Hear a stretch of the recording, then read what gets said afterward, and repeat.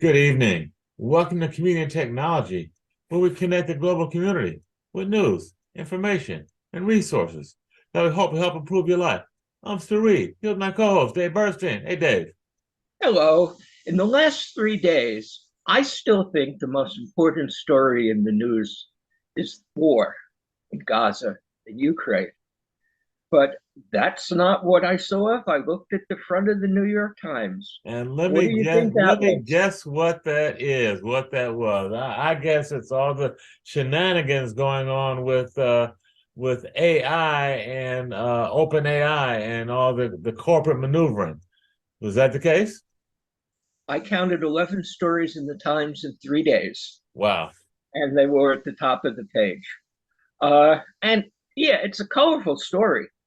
And it may turn out to be historically important in the history of technology, and we've lots to say about it. I am sick and tired of this story because every tech reporter on earth, Times had about seven on the story, has been trying to find out what was really going on and Hmm. have some kind of scoop. So they all said the same thing, or almost. Uh, Well, for, so for the benefit of our listeners who may not know, Dave, we're so immersed in this stuff. We know. Why don't you just quickly give us a summary about what happened? that's what I was going to Okay. suggest. Going to say you're right. We're right in the same way. We must know each other too well. Yeah, yeah. On Friday, the word came out that the most prominent artificial intelligence company in history fired its incredibly dramatic and generally respected CEO, Sam Altman. And co-founder, correct? He was a co-founder as well, Hmm. and he was a very public person. He was all over White House meetings and things like that. He was one of the signers of the petition that said AI is so dangerous that we should pause for 6 months before advancing to bigger models. Now, of course, he has been, since he signed that petition, the strongest advocate of making bigger and more powerful models, Hmm. as Tim Wu pointed out. Okay, so we're talking about somebody who was a charismatic leader, very smart businessman. He happened to have a few people who were smarter than he was in the company, especially one of his co-founders, Ilya Slutschover. I can never pronounce it. Uh, and the first way it looked on Friday, if you read any of the reporting, is that Ilya, who was on the board, pulled the coup, got the other members of the board to agree with him and fire Sam. Ha! Turned out to have nothing of the sort. That's But the Sutskever guy, Ilya Sutskever. I'm just checking his name, yeah, right? Yeah. that sounds right. Hmm. I've listened to him a number of times in reportings. He is brilliant. He was their primary technologist, and he's as good as they get. So But did he orchestrate the coup, Dave? Is that what was reported? on Sunday came out what's actually the most interesting thing in this whole story.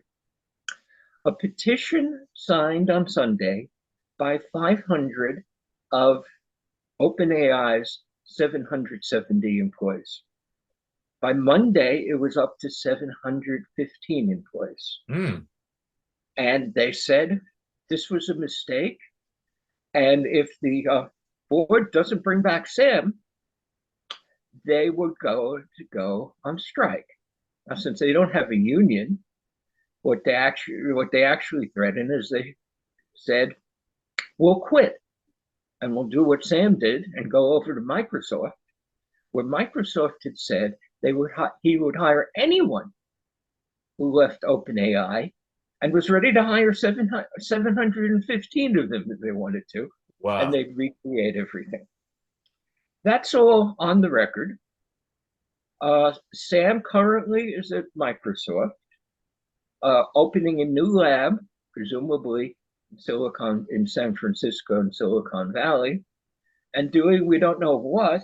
Although today's stories are he may be coming back, maybe the negotiating it. Okay, can you think of any example of collective action taken by a group of workers there was anything like this? Well, first of all, just the proportion of folks. I mean, it's almost a unanimous strike, if you will. I'm using the word strike loosely. 715 out of 770 employees saying And that we're was going to in quit. 2 days. They Yeah, probably could have got the other 40 yeah, the we're day going to out. quit if you don't do like what we say. That's incredible. I know there were some huge strikes back at the turn of the last century, a century ago, in the auto industry, in the early days of the Industrial Revolution, Ford Motor Company being one of them. And if I'm not mistaken, there was some violence involved in putting those strikes down. Um, Some yeah, violence. I forget how many were killed, but it was a substantial number. yeah. And that was what Henry Ford does. And Henry Ford is an example I'd like to bring here. Hmm. The Times had a reasonable story talking about how Altman was the next coming of Steve Jobs as a charismatic leader. Fair enough.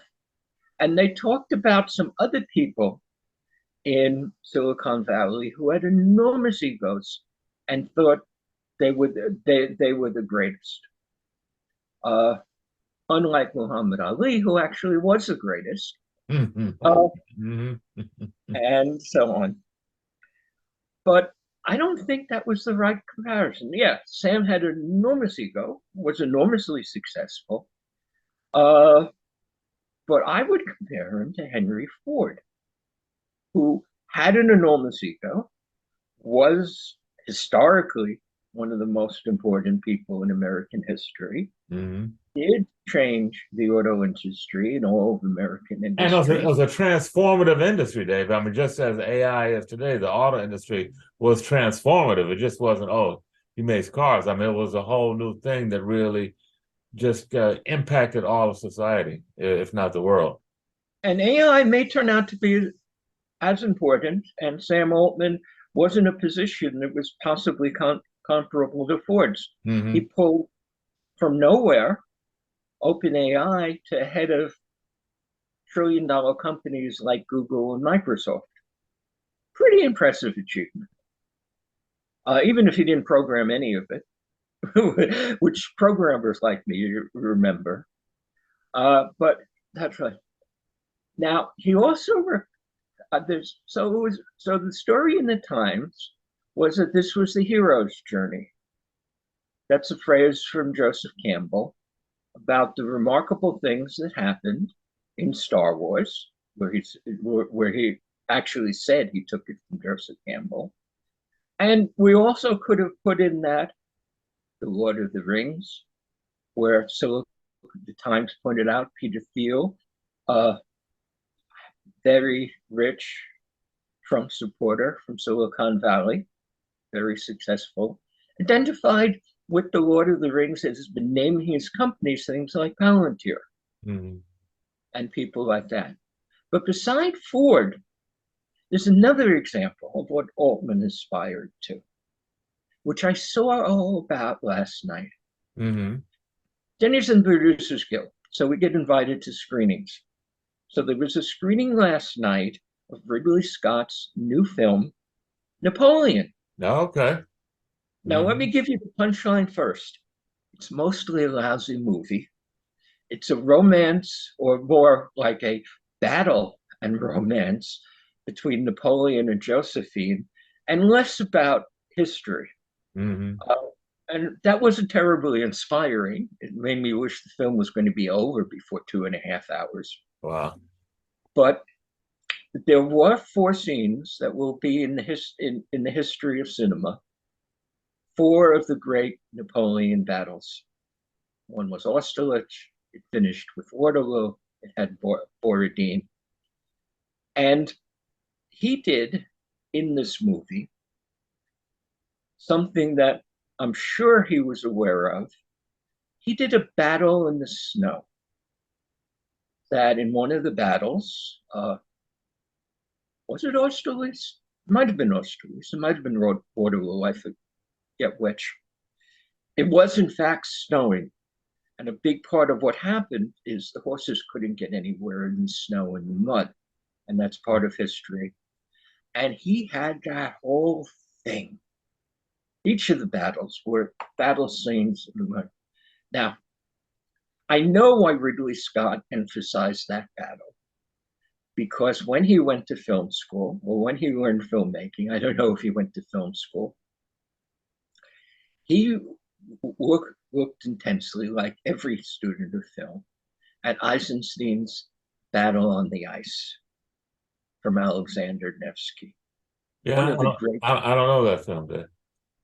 Well, you didn't go to film school. No, I didn't. You don't have your partner is not into making movies, so you watch almost every movie that's come out in the last 15 years, Okay. Mm-hmm. and so on, and try to get used to the history. And he did a good job. He presumably persuaded Apple, who financed it, to put up the $100 million or more it cost to film these four battles with thousands of extras and hundreds of horses. Absolutely the most dramatic and extreme battles ever filmed. Mm. And I'm pretty sure it will never happen like that again in the future of cinema. Because right now, and certainly in 3 or 4 years, you will be able to replace almost all the, well, you will be able to hit some thousands of extras and probably the hundreds of horses, and you get all the cavalry charges and everything. Mm-hmm. Then made me think of John Wayne and John Ford. Mm-hmm. In one point, he had a phalanx of soldiers on one side and Napoleon soldiers running around them in a circle. Mm.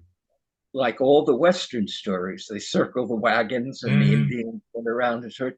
He had a scene that clearly was based on that. So, total review, not recommending you see it unless you like to see battles. It's probably going to totally fail, and well, I shouldn't say totally fail, but certainly won't come up to justifying $200 million or whatever the film cost in the United States.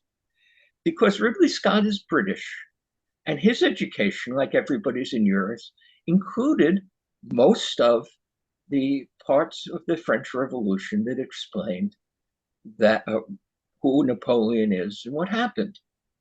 But if you don't happen to know who Robespierre was, you would have totally missed the sequence about the terror. And I don't think very many Americans know who Robespierre was. No, I have to agree with that. Now, Dave, I Yeah. thought you were going to make a comparison between Napoleon, the emperor, and the egomaniac, and Sam Altman. You know, is why that I'm relevant? today. Okay.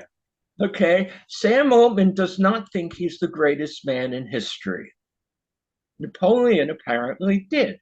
And he certainly was the greatest conqueror in the 19th century, or of anybody between Genghis Khan and maybe Adolf Hitler. And like Adolf Hitler, he made the mistake of invading Russia. And they had the invasion of Russia with some really dramatic scenes, including showing the burning of Moscow. Again, Scott went to film school or learned his history of film because it was like the burning of Atlanta and Gone with the Wind. You know, I knew where half that film came from. I actually knew what the film came from because I knew the history he was drawing on and what would happen. So I'm not recommending the film unless you really want to see battle scenes or understand French history, or you want to see the love affair and hate affair between Napoleon and Josephine, which really bored me. And was the film could have been called The Private Life of Napoleon and Josephine instead of being called Napoleon, and they battles out. But that was a sense of the kind of ego that, in fact, has driven Silicon Valley. And Sam Altman is one of the people who has explained this that I hadn't realized. Dennis Hassabis, who's in charge of Google's equivalent, said, yes, I have an enormous ego. I am intensely competitive. And I think it was Sam Altman who said, everybody who's really successful in this business has a kind of confidence that you see nowhere else. That if you didn't believe in yourself like that, you wouldn't have become Elon Musk or Sam Altman or Dennis Hassabis or Steve Jobs or Jeff Bezos and so on. All to the point, in any case, where it is right now is that they brought in an interim CEO, the board of the nonprofit, because that's how OpenAI Yeah, now started. that's pretty unusual, Dave, and some folks have said that's one of the reasons why they may have ousted Altman is the fact that the corporation, the for-profit corporation, OpenAI, is actually run by and owned by a nonprofit whose mission is public safety and charity, and that somehow that mandate and the profit mandate of the for-profit company OpenAI were maybe at odds, and that's where Altman somehow got tripped up by the board. Is that accurate? If you read the 15 tech journalists I've read in the last few days, including the Times and the Journal and everybody else, that would be certainly a part of the story. It was a big part in how they put it. And they suggested even further that part of it is that Altman wanted to go full speed ahead. He was so competitive. He wanted to stay ahead of Google and take all kinds of risks. And as everybody in AI knows, partly because Sam Altman was one of the Yeah, people who was yeah. signing He petitions raised about a concern. Yeah. that it may or may not happen. It may or may not be a big risk, but it's certainly on the table that when the computers get smarter than we are, which is almost inevitable, Sam being one of the people who said that, maybe they'll decide they don't need us and replace us. And that's the existential risk question. And this is the place to bring it back and forth. And nobody really knows the answer to what's going on. And that was why Ilya, who was on the board, and for 2 days, all the reporters thought had played a coup, had taken charge in order to slow down OpenAI because he was afraid of what was going to happen.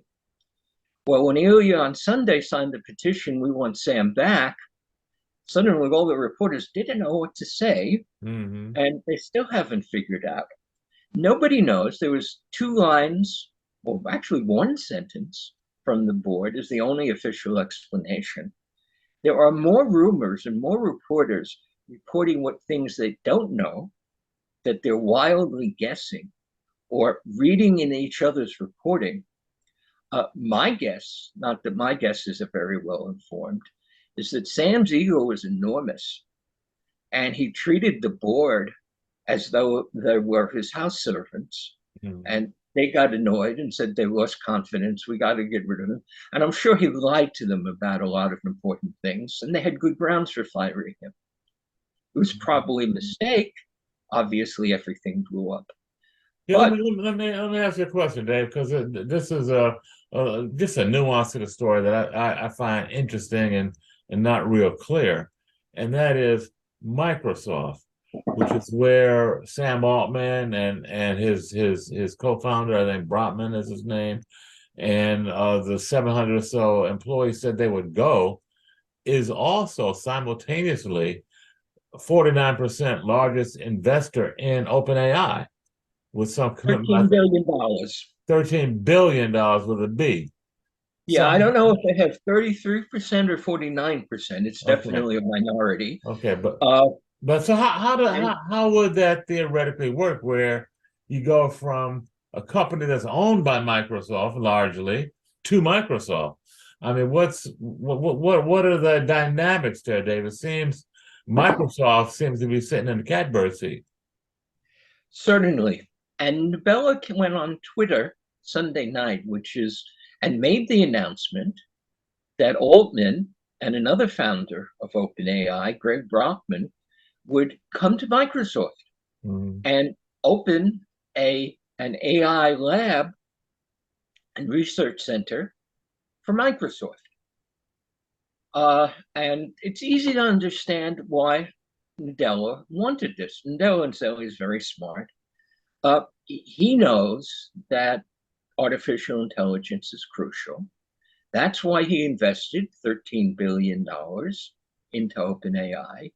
So when he got the opportunity to build it all in his own name, he jumped on it. Okay. And the commitment to hire anybody who wanted to come over is $1 billion commitment he made on Sunday off the top of his head. There was no time for a board meeting. And it may or may not be relevant because the news today is negotiating again for Sam to come back and so on. The other thing the reporters, lots of reporters, got wrong is they said, well, the problem was there were these people on the nonprofit board who were in charge. They didn't understand business. They couldn't run a 30 or $90 billion company.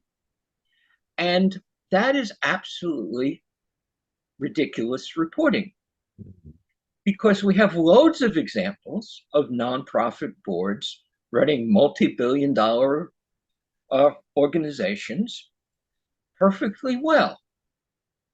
Mount Sinai Hospital, Columbia Presbyterian Hospital, Harvard University.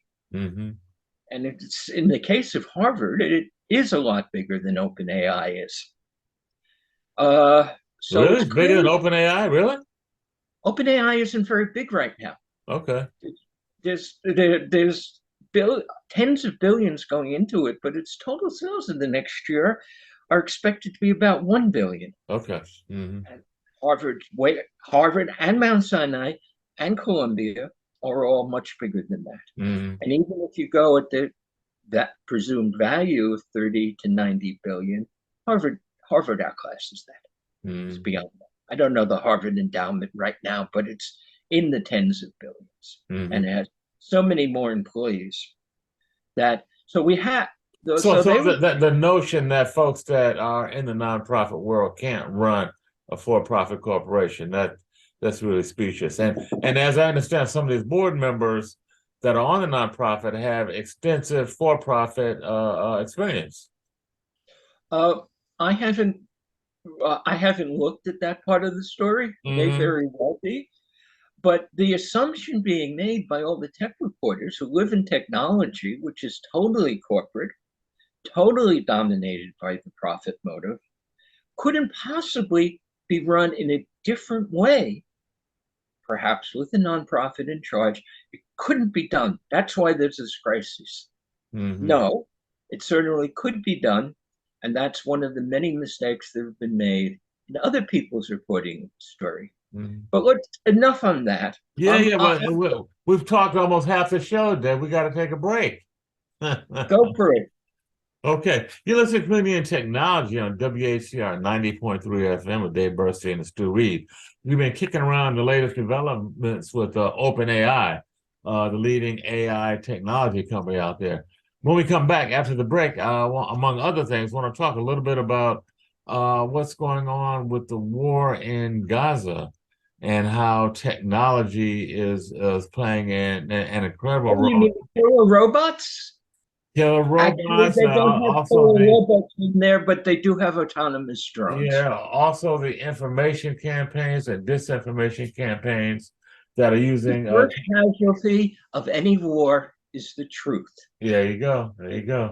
And the mechanisms now to distort and reshape and just kind of retell the truth are amazing. But anyway, that's going to be when we come back from a brief musical break. Stay tuned. Autumn in New York, why does it seem so inviting?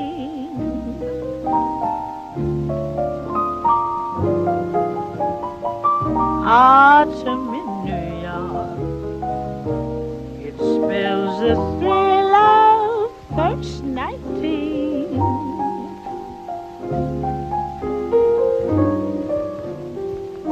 Glittering crowds shimmering clouds in canyons of steel. They're making me feel I'm home.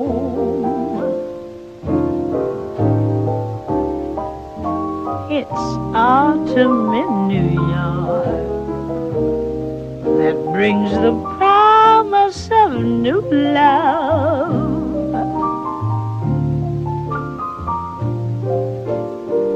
Autumn in New York is often mingled with pain.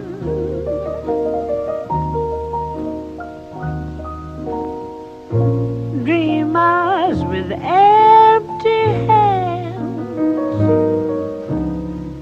may sigh for exotic lands. It's autumn in New York. It's good to live it again.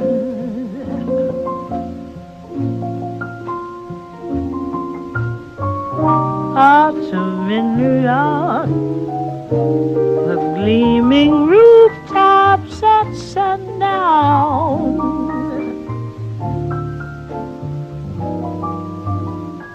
Autumn in New York, it lifts you up when you run down.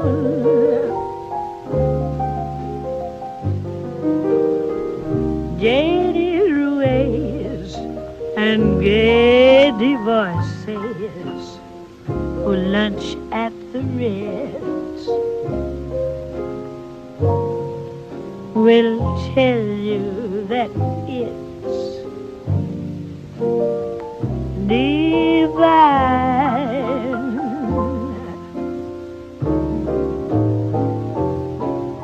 This autumn in New York transforms the slums into Mayfair.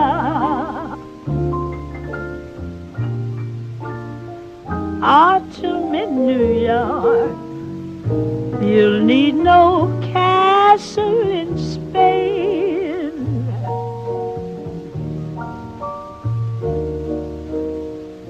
Lovers that bless the dark on benches in Central Park greet autumn in New York. It's good to live it again.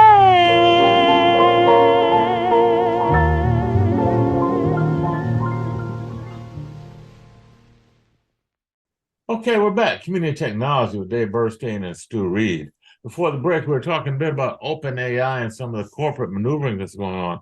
I wanted to shift gears just a little bit, Dave, and talk about how technology is being used in the war in the Middle East and what's going on over there. A lot happening. One particular story that caught my attention was for the social media platform Telegram. And the headline in Wired magazine is how Telegram became a terrifying weapon in the Israeli-Hamas war.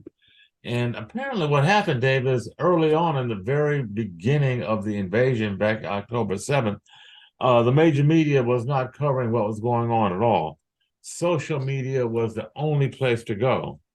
And as it turns out, it looks like Hamas had a whole media campaign that they had already had in the can that they then posted and put out on Telegram that went viral across the globe. Telegram has some 800 million users globally. And Telegram, they don't censor or in any way monitor or gatekeep any of the content on Telegram. So it just went out viral.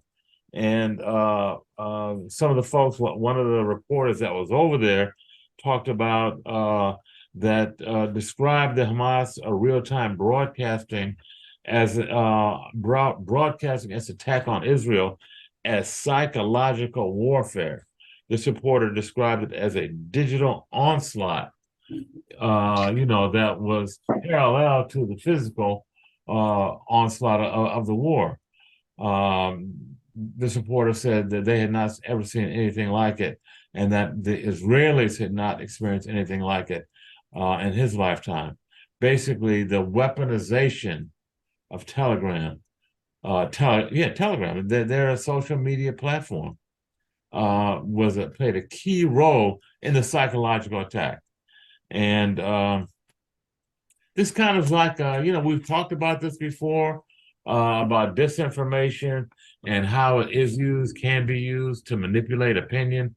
But it looks like this may be the first time, Dave, that it was ever used to this degree by a combatant in a really orchestrated, systematized way to go after their opponent, to tell their story of apparently a lot of the shocking videos that folks saw of the violence, of the killing, of the kidnapping.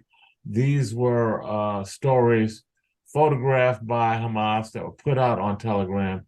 This story also talked about how they were edited and highly produced images, like the invasion and the vehicles that came down in parachutes and then went out into the Gaza area and started attacking. That some of that was really highly produced and already in the can prior to the invasion. And to me, it just seems like it's a whole new level of warfare. We've talked in the past on the show about information warfare and spreading distortions and spreading lies, propaganda. That's a pretty old phenomenon, propaganda. But now it is at a whole new level. And when you roll in AI and the capability that it has to create video images, fake video images, to involve real people doing things, saying things that they didn't say or didn't do, this is really taking warfare and combat to a whole nother level that has never been seen before on this planet. It's a little bit scary. Wonder what your thoughts are. Well, we all know that deep fakes are coming.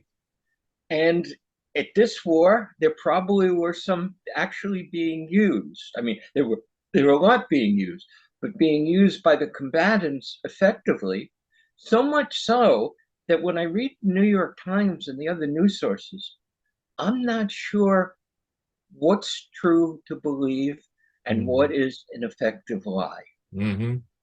And that's going to be true in almost everything from now on. Mm-hmm. That without a big budget, without great technical skills, you could make video, audio, and anything you like. I could do it in 3D right now, Mm-hmm. in an animation that would fool most people. And if there's stuff out there that could fool you, how do you believe anything? Yeah. And I don't have any answers on that one. Mm-hmm. It's interesting, Dave. The owners and the CEO of Telegram is quoted as saying that they've decided that it's better to have a controversial platform that has more people joining and engaging in what's happening without censorship. So, in the name of free speech and open speech, all kind of stuff is being perpetuated. So just back to your point in terms of where it's going, I don't know that there's any way to effectively monitor or gatekeep. We've heard folks talk about they're going to put AI labels on information that has been AI generated, but I mean, who's going to monitor and control that? You can't control that. Right. Is what some of the stuff I'm seeing in the papers coming through. Lots of proposals on how you can identify AI generated stuff, and lots of other papers on how you can defeat that so that they couldn't identify it. And that's going there. There was another Well, let's stick on Gaza before we go to another part of it. As far as I know, the Israelis did not send any killer robots into Gaza City. They certainly could. Mm. Israel is a high-tech country and as militarized a country as anything in the world. It's small, but their capabilities impress the Americans and the Russians. In fact, I think the Americans are buying anti-missile stuff from the Israelis now. Really? There's Wow. talk of it being a large contract because all the U.S. anti-missile stuff that went to Ukraine mean we don't have enough Mm-hmm. for our current process.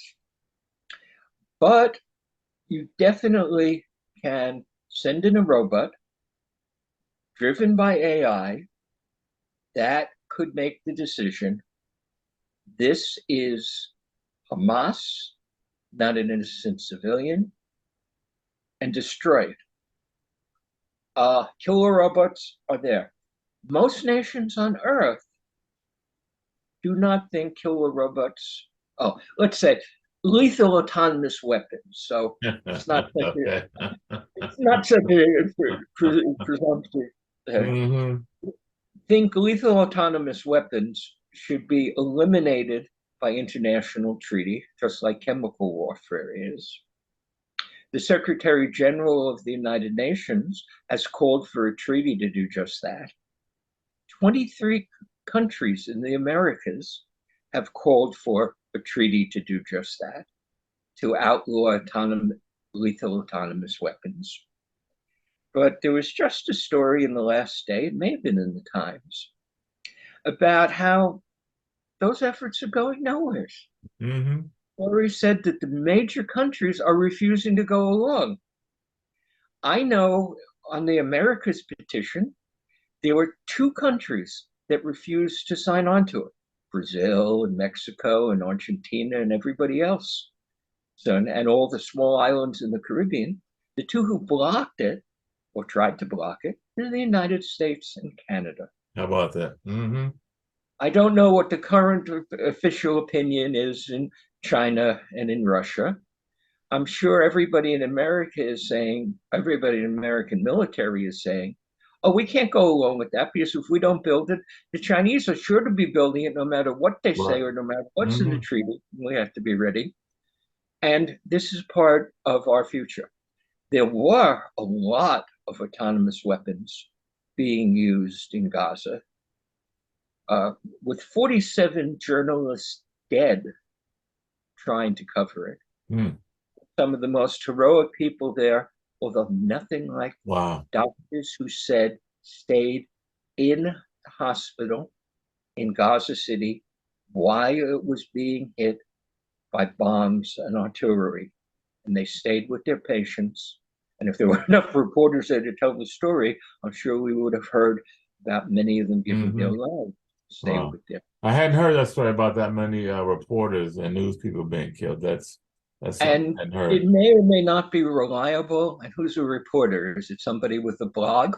Mm-hmm. Uh, and so on. They may have counted a lot But of still, people. we're talking about non-combatants that supposedly are trying to tell a story, Uh, regardless of their prominence or their I credentials. mean, people from major media like Reuters Mm-hmm. uh, were also killed. There are many tens of thousands of people Mm-hmm. who are dying and wounded there. We'll never have an accurate Yeah. number, but Yeah. it's I'm sure it's into the tens of millions, Mm-hmm. tens Mm-hmm. of thousands already. Very ugly. Uh, and that's going on. Uh, One of the things that Israelis did admit to using is small little drones that can go into a house, go through all the rooms, and see Mm. whether anybody's hiding there. Really? Wow. I Into know, the house? Wow. yeah, yeah. Break a window, send it in, monitor its video, and see what's inside that house. Mm. That's in production. And there's no Wow. technical reason why they couldn't have attached a Mm-hmm. small bomb to that would blow up the house. And there's no technical reason why they couldn't have controlled that by an AI Mm-hmm. instead of a soldier. Mm. So Mm. that is. Mhm. But let me pull you to the other bit. We're talking about how Silicon Valley, or the technical abilities, are changing the nature of warfare. We talked about how Telegram is putting stories out there that might otherwise not be told, and putting a whole lot of propaganda out there at the same time. Mhm.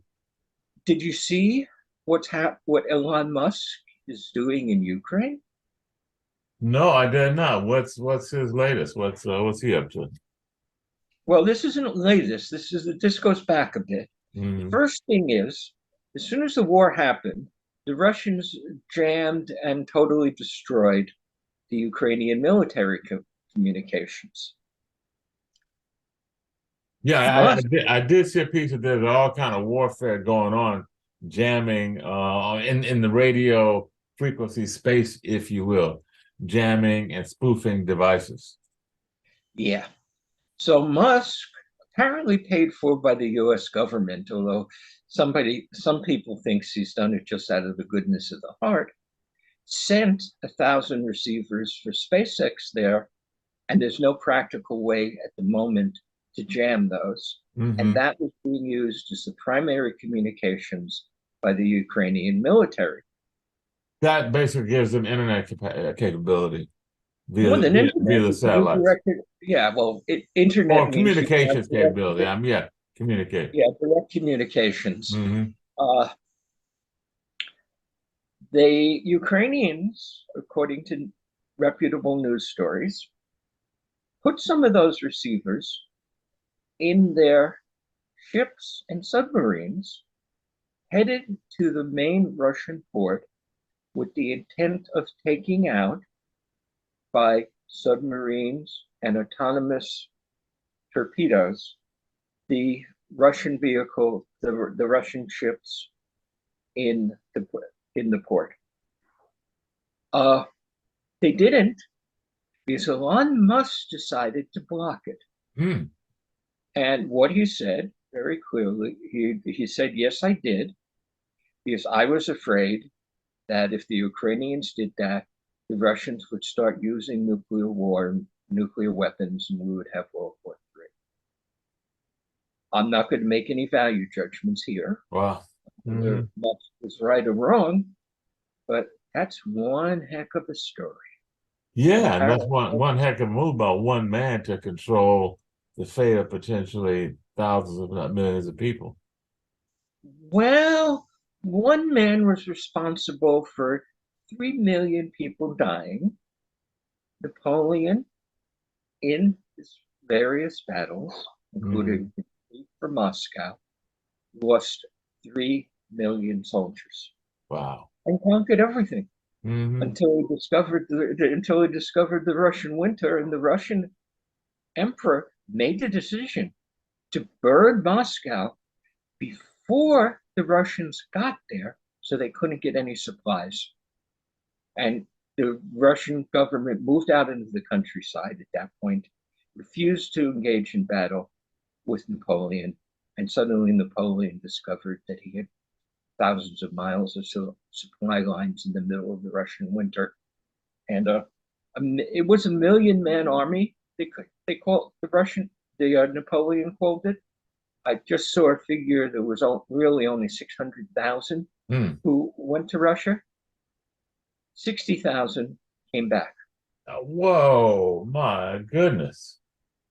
Yeah. Now, So was that his Waterloo, or was Waterloo someplace else? Just a quick no, aside there. Waterloo was in Waterloo. That was Waterloo. That his Waterloo was in Waterloo in Belgium. Okay. What that was 1812, and his armies were destroyed. Hmm. And suddenly the Russians, who had held back their armies, combined with the Prussians and the Austrians, and especially the British, took Paris, exiled uh, Napoleon to Elba. Uh, he was very unable, but from Elba, he got back to France. This was really dramatically put in the movie by Ridley Scott, even though it was not a good movie. Uh, went back to France. His old soldiers joined him. Thousands, tens of thousands of others joined him. And he marched on Belgium and came where the British and the Prussians and the Russians, I don't know, engaged him in a battle, which was Waterloo. Mm-hmm. Uh, the shot Ridley Scott had incredible visuals of Waterloo that showed you some of the face of war. And Napoleon lost, and Napoleon's Waterloo was in fact Yeah. Waterloo. Okay. And Well, before we digress too much into the history, which is fascinating, and just the hubris that he had, that sounds like he thought he was invincible, Dave. Um, but I wanted to segue a little bit. We're talking about AI and AI and warfare, but I want to just switch gears just a little bit and talk about AI in that election down in Argentina, where there was so much going on, where there was apparently using AI to put the on both sides of the election, both the far right libertine candidate, and I think the incumbent Sergio Massa, supposedly a progressive, both involved in manipulating images of themselves in context and places where they really weren't. I mean, what's going on down there?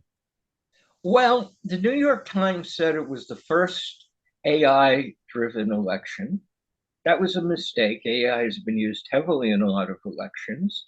And in fact, we know about the Facebook being used in the 2016. And Mm-hmm. guess what? There was AI driving what they were doing there, not the usual models. But the Mm-hmm. Argentina story was really dramatic. On one hand, the incumbent, who was a mild-mannered bureaucrat, Clark Kent type, used AI to create and said they used AI to create images of him looking like Superman, holding Mm-hmm. his arms up, socialist realist visuals, and with the heart of his campaign, visuals with these pictures that they made, uh, and they identified it as being by AI. There was no deceit. Oh, These were okay. not, So they're out front with that. Mm-hmm. yeah, which is why I didn't like the Times story. And they also did, and the opponents did pictures of him looking like Chairman Mao, that Mm-hmm. they would say he was a dangerous Chinese communist. Uh, and one of the things that they did, saying it was AI, so they were not deceiving anybody, but with 30 million copies getting out there of this stuff, it was influential. Not deceiving, but how about influencing? How about manipulating? Absolutely. And he took his opponent. His opponent had made some comment somewhere along the line about how, yeah, people should be allowed to sell their kidneys. That's actually a big dispute in the medical people because you'd save a lot of lives. There's a whole Mm. lot of people who die waiting for a new kidney. And if you could pay somebody $5,000 or $500,000 to give up one of their two kidneys and live just fine afterwards, that would save a lot of lives. I don't like it. Most people don't like it. It's totally illegal in any country I know. The Israelis did a lot of that, according to some reports that I haven't checked out, where they would go to poor Arab countries and buy kidneys. Mm. Wow. Uh, yeah, I haven't checked those reports. I've Mm-hmm. read them, but and they Mm-hmm. sound likely, but I So in you Argentina, they put out a story that cast one of the know, they didn't put candidates. out a story. They put out a video Mm. of this candidate talking about how parents should have more children so that they could grow up and support their parents by selling their kidneys. Wow. Yeah. Wow. They admitted it was AI. Yeah, but still. Come on. My goodness. Do we have any other stories? That we're just about out of time, Dave. I don't know if there's anything maybe a little more lighthearted you want to close out the show with. Nah, I'm going to talk about some of the things that we're going to bring to the show in the Okay. near future. One of the biggest stories in history is that sickle cell is apparently being cured by gene editing. Mm-hmm. And the British, a few days ago, officially authorized doctors to go ahead, not just in experiments, but using very dangerous, expensive gene editing to cure sickle cell. That's exciting. I know we talked about a trial a few weeks back on the show, but it sounds like it's now reality. That's exciting. What else is coming up? Another thing I want to put out there is that be really, really careful before putting your money into crypto, because there is a very real chance you could lose it all. I do not know whether Bitcoin's value will go up or down. Don't hear me wrong. Mm-hmm. But I do know that Bitcoin's value, like several of the other crypto coins, could fall dramatically and instantly and faster than you could get out of it. Mm-hmm. And why is that in the news? Well, there was a story that Hamas transferred $2 billion of funds using crypto. And I am sure there are people at the Pentagon who think that that's so dangerous, all crypto should be out there. Mm-hmm. They haven't said any of that. Mm-hmm. I'm not telling you that's what's likely to happen, but it's certainly something that could happen. So crypto may go up or down. I don't know. Got to keep our eye on. Okay, we're about out of time, Dave. Thank you. This has been Community Technology on WHCR 90.3 FM, the voice of Harlem, where we bring you the latest news and information about technology and how it might affect your life. Be sure and stay tuned. Every Wednesday, 5 p.m. Just might learn something. Thanks. Good night and have a great holiday.